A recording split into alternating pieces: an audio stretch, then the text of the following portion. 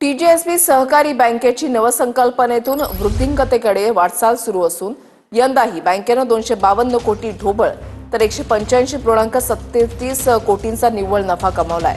दरवर्षीप्रमाणे बँकेने लेखापरीक्षित आर्थिक निकाल 10 एप्रिलला घोषित केलाय।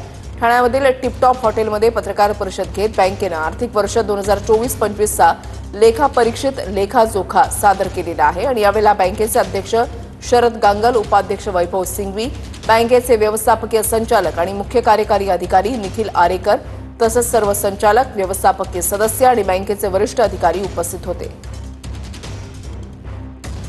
की आपली एकमेव अर्बन कोऑपरेटिव्ह बँक आहे, नागरी सहकारी बँक, ज्यांना सरकारी खात्यांबरोबर व्यवहार करायला परवानगी दिलेली आहे।